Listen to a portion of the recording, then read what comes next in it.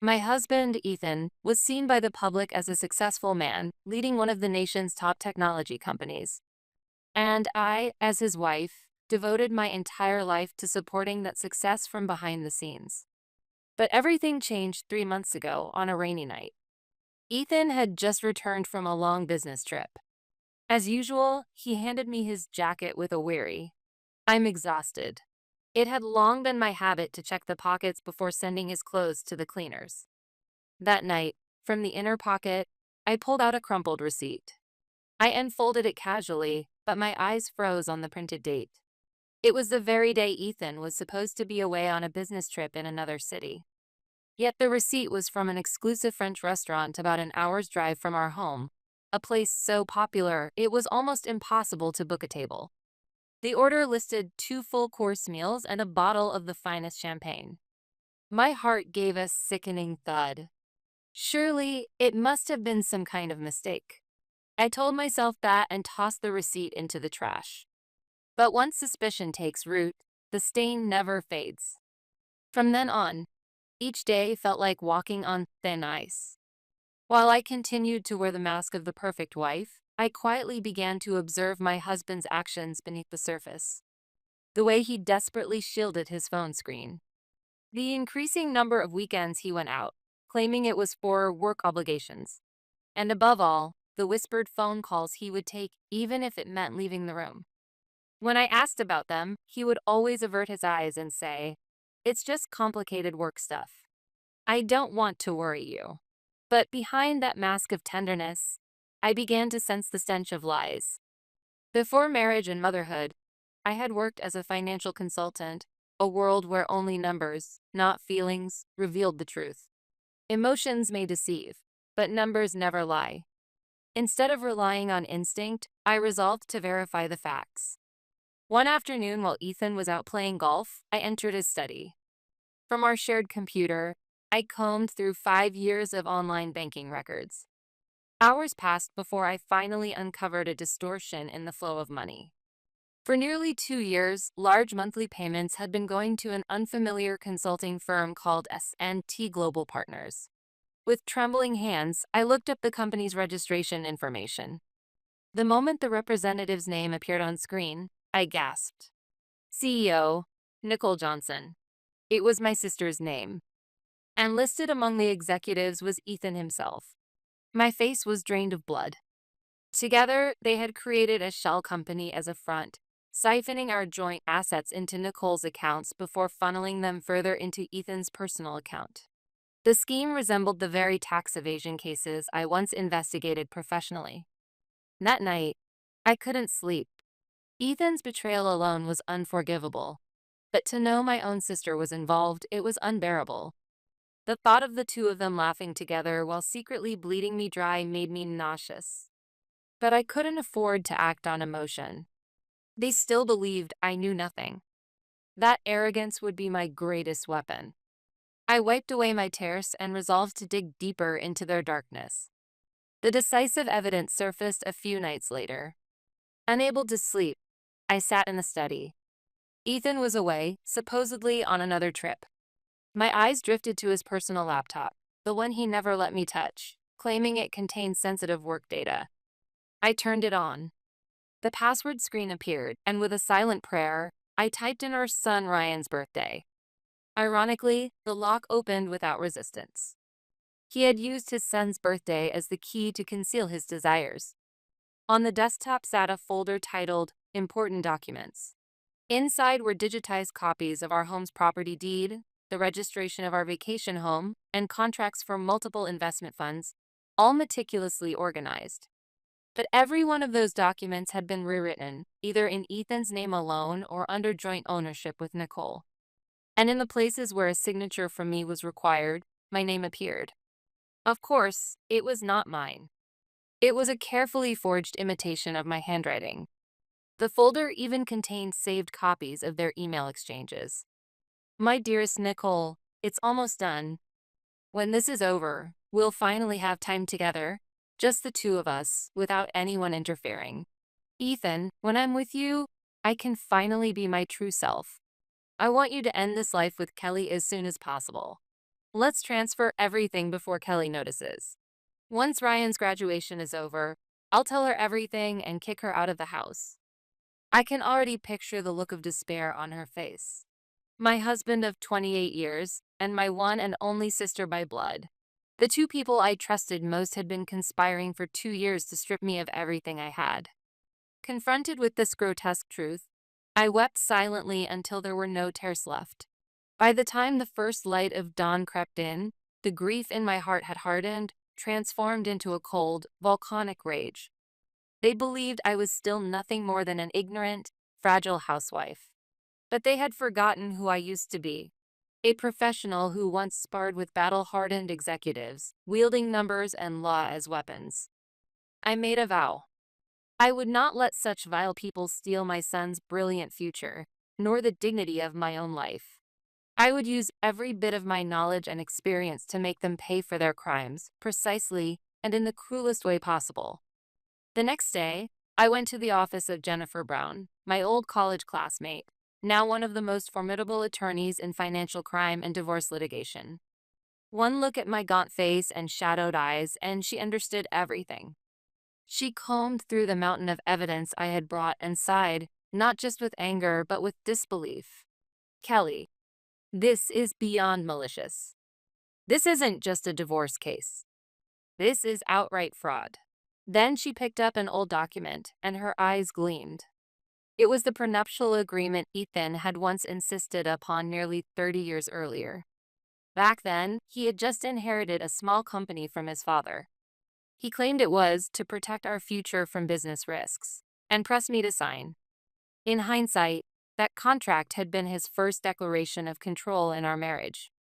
This marriage will run under my rules. He didn't have to say it aloud. The contract spoke for him. Even then, he must have been wary of me, of my knowledge of finance. Before trapping me in a cage called love, he had first bound me with legal chains.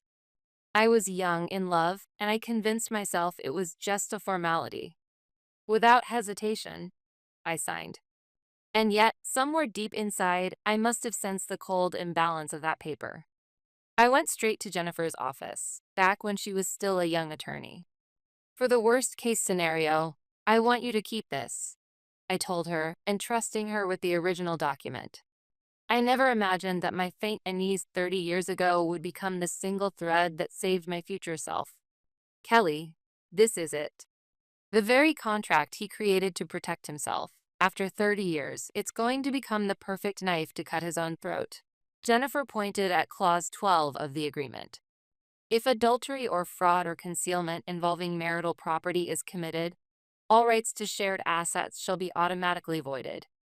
With this, we can destroy them legally, completely. And so began our silent, meticulous counterattack.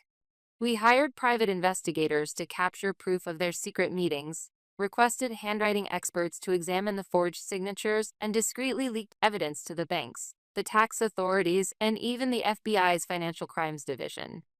Every step was aligned with one date, Ryan's graduation ceremony. Why choose that day as the stage for revenge? Because it was the very moment when they would be at their most arrogant and their least cautious. And because exposing their sins in front of family, friends, and every relationship we had built together over decades would shatter their pride in the most devastating form of social punishment. I would never tarnish my beloved son Ryan's brilliant future as valedictorian of a prestigious university. On the contrary, for my son, who was about to spread his wings into a new world, I felt a mother's duty to show him, through my own actions, that injustice is always punished and that society upholds justice. On the very day he set sail into the vast ocean of society, this would be my final and greatest gift. The unwavering truth that there are evils in this world that must never be forgiven, and that such evils always meet the hammer of justice. And then, the day arrived. The hotel banquet hall sparkled beneath the dazzling chandeliers. Friends and relatives had gathered to celebrate Ryan's new chapter in life. Smiles filled the room, happiness radiating in every direction. Ryan, the guest of honor, accepted his friends' congratulations with a shy but proud smile. And there, watching as if it were their own achievement, Ethan and Nicole stood with smug satisfaction. Every so often, they exchanged furtive glances, nodding to one another like victors already assured of their triumph. My heart grew cold, steady as ice. I wore the mask of the perfect wife, the proud mother, engraving every detail of this radiant scene in my mind. They had no idea this joyful banquet would become their last supper. When the host invited me to give a speech, the curtain on my 92-day revenge quietly rose. I smiled graciously, took the microphone, and began with words of gratitude. Thank you all so much for being here today to celebrate my son Ryan. As his mother, there is no greater joy. I remember when he was just a child. But before I could continue, Ethan roughly snatched the microphone from my hand. Oh, let me give the speech. After all, today isn't only about my son's graduation. It's about my own graduation, too. The cheerful murmur of the room instantly fell silent. His voice trembled with alcohol and an unnatural, feverish excitement. Nicole stood beside him, feigning concern, but her face betrayed a look of bliss. I felt my heart freeze into perfect calm. Just as I had planned. Ethan surveyed the room with a triumphant grin and declared, I have an announcement. Today, I'm starting a new life. And of course, that life won't include Kelly. Time stopped. The sound of gasps rippled through the room. Bewildered eyes flicked between me, Ethan, and Nicole. At my side, Ryan turned pale, his expression stricken with disbelief. I'm sorry, Ryan. Just endure this charade a little longer. But Ethan's cruel performance wasn't finished. He raised his voice further, pointing straight at me. And one more thing. Don't worry about the house or our savings. All of it has already been transferred to me, legally. Isn't that right, Nicole? With that, he clasped Nicole's hand tightly, flaunting their unity. She flinched with a fleeting flicker of guilt, but quickly replaced it with a contemptuous smirk in my direction. Ah, so that's what they wanted, to see me break down, sobbing, screaming, humiliated, and fleeing the room in disgrace. Instead, I simply smiled. Congratulations, Ethan. And to you as well, Nicole. The smile vanished from Ethan's face, replaced by confusion. Slowly, I reached into my handbag and drew out a scarlet envelope. And I slipped it gently into Ethan's breast pocket. This is my gift to you both. Please, do read it. When I whispered those words, Ethan let out a derisive snort. What's this? I don't need some last-minute love letter from you. I want everyone here to witness just how pathetic you are. With a sneer, he tore open the envelope. Nicole leaned eagerly over his shoulder to peek inside. The entire room held its breath, eyes fixed on them. But the moment Ethan scanned the documents inside, his face was drained of blood. His triumphant grin froze, his eyes widening as though staring into an impossible nightmare. Beside him, Nicole's gaze darted back and forth between the papers and my face in utter disbelief. What? What is this? Ethan's voice cracked, trembling. I calmly reclaimed the microphone from his hand. In the silent hall, my voice rang clear. Ladies and gentlemen, I apologize for this unpleasant scene. But as my husband just said, today marks a new beginning. Only it is for myself and my son. Then I turned to face Ethan and Nicole directly. Ethan, did you read the documents in that envelope carefully? The first page is the divorce petition I filed, which was officially accepted 3 days ago. And the second is a copy of the prenuptial agreement you forced me to sign 30 years ago to protect your own assets. Ethan's face froze. He looked down again at the papers in his hands. Prenup? That must have expired long ago. No. Clause 12 states very clearly, in the event of adultery, fraud, or concealment involving marital assets, all shared property rights shall be automatically voided. There is no expiration. And the evidence is overwhelming that you and my sister Nicole conspired for 2 years to illegally transfer assets, forge documents, and alter property titles.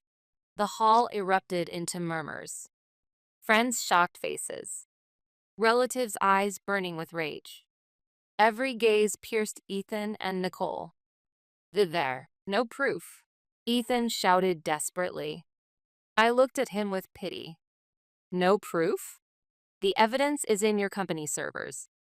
In the transfer records from Nicole's Shell Corporation. In every receipt from the restaurants you used for your secret meetings. And of course, the forged signatures of mine are already declared fraudulent by the country's top handwriting experts. No, Nicole whispered, her knees buckling as Ethan struggled to hold her upright. And it isn't over yet. The credit cards you've been using? They should already be declined. I instructed the bank to freeze every one of your accounts this morning, fully in accordance with the prenup. Oh, and I paused deliberately, then pointed to the last page in the envelope. Did you notice the document bearing the FBI seal? Your asset concealment scheme is already under federal investigation. By the time this party is over, it won't just be your wealth that's frozen, it will be you. Lies. All lies. Ethan screamed, sounding like a panicked child. In that case, why not call your lawyer right now? Though I doubt you'll be able to pay his fees anymore. That was the final blow. Under the searing stares of 50 guests, thick with contempt and scorn, Ethan and Nicole could no longer stand their ground. Like ghosts chased by their own sins, they staggered out of the hall, fleeing into the night. The heavy banquet doors slammed shut. A beat of silence hung in the air, then thunderous applause erupted. Yet the applause never reached my ears. My eyes were fixed only on my son, standing beside me in stunned silence. His face was pale, his lips trembling ever so slightly.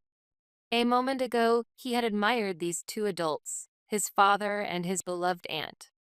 Now he had watched them exposed and condemned as criminals. In his eyes I saw confusion, grief, betrayal, and, most piercing of all, reverence for the mother who had fought alone to protect him. At last, Ryan turned toward me. His arms trembled, yet he pulled me into a strong embrace. It was not a hug of celebration. It was the desperate embrace of someone clinging to the only certainty left in a shattered world. I felt his shoulders shake against mine. Dad and Aunt Nicole. He whispered hoarsely into my shoulder. Mom, you fought all this time by yourself? How much pain did you carry alone? It was the raw cry of a son trying to understand, to share in the loneliness I had borne. I never knew. I'm sorry I couldn't help you. I stroked his back gently, answering with quiet strength. No, I only did what any mother would do. For you, I would become anything. On that stage of ruins, I felt his warmth and smiled faintly. As for Ethan and Nicole, I already knew where they would run. To the luxury high-rise condo in the city, the new home they had secretly contracted uncovered by the investigator I had hired. Their so-called love nest. No doubt they would hide there, licking their wounds, trying to decide their next move. But the castle they had built of sand would collapse far faster than they imagined. Leaving the applause behind, Ryan and I quietly exited the hotel together. He looked at me with worried eyes. Mom, was it really okay to do it like that? In public? Yes, I answered firmly. It was. I answered him. If I hadn't done it that way, they never would have admitted their sins. And besides, the real judgment is only just beginning. Almost at the exact moment our car pulled into the driveway, a black sedan slid to a stop behind us. From it emerged men in dark suits, their sharp eyes like something out of a TV drama. One approached, showing me his identification. The letters carved into the badge were unmistakable. FBI. Mrs. Kelly Manning? We'd like to ask you a few questions about the information you provided recently. At the words of the man who seemed to be their leader, I gave a quiet nod. Yes, of course. I've been expecting you. All of the evidence is inside. That night, I handed the agents everything I had gathered over the past 3 months, original forged documents, complete records of the illegal transfers, even recordings of Ethan and Nicole's private conversations. The agents were visibly stunned by the thoroughness and precision of the evidence. We've never seen an internal whistleblower prepare something this comprehensive. With your cooperation, we'll ensure they cannot escape justice. After they left, the house was quiet, just Ryan and me. In the home where we had once lived as a family, Ethan's shadow was gone forever. Ryan gazed silently at the family photo on the wall. It's really over, isn't it? Yes, I said. It's over. And from here, our real life begins. I removed the photo from the wall, turned it face down, and set it aside. It was time to sever the past completely. The true show began the next morning. The blaring sound of a news alert came from the television. On screen was the image of a luxury high-rise condo, one I knew all too well. Cameras swarmed the entrance. And then, in front of the flashing lights, Ethan and Nicole appeared, still in their loungewear, their faces drained, their wrists bound in handcuffs as federal agents escorted them away. A storm of camera flashes mercilessly illuminated their faces, etched with despair. Across the news ticker blazed the words, "Prominent CEO arrested on charges of large-scale asset concealment and fraud." From that moment, my phone would not stop ringing. Nearly every call was from friends and relatives, praising my courage, offering their support. To each, I spoke words of gratitude. In a single night, Ethan and Nicole had lost everything. The assets they had stolen were frozen by both my divorce case and the FBI investigation. Their status and reputation were obliterated by the media. And Ethan, beyond all wealth, lost the one thing he could never buy back: the trust of his son. 6 months later, their trial was held. When I faced them again in court, the arrogance they once wore so proudly was gone. They looked hollow, broken. Even the elite defense team they hired was powerless against the flawless evidence compiled by Jennifer, the FBI, and me. In the end, the judge delivered his verdict: 7 years each in federal prison. And under the very prenuptial agreement Ethan had once written to protect himself, all assets wrongfully transferred were legally restored to me. At last, the long battle was over. A few days after the sentencing, Ryan visited the prison on his own. Later, he told me quietly about what happened. Through the glass partition, he looked at his father and spoke with steady conviction. "I'm proud to be my mother's son. She fought, alone, to protect our family. And the justice she showed me, I'll carry it forward in my own life." Then, he added the final words: "Goodbye. I'll never come to see you again." That was the true price of Ethan's betrayal: the complete severing of ties with his only son. They told me Ethan broke down crying in that room.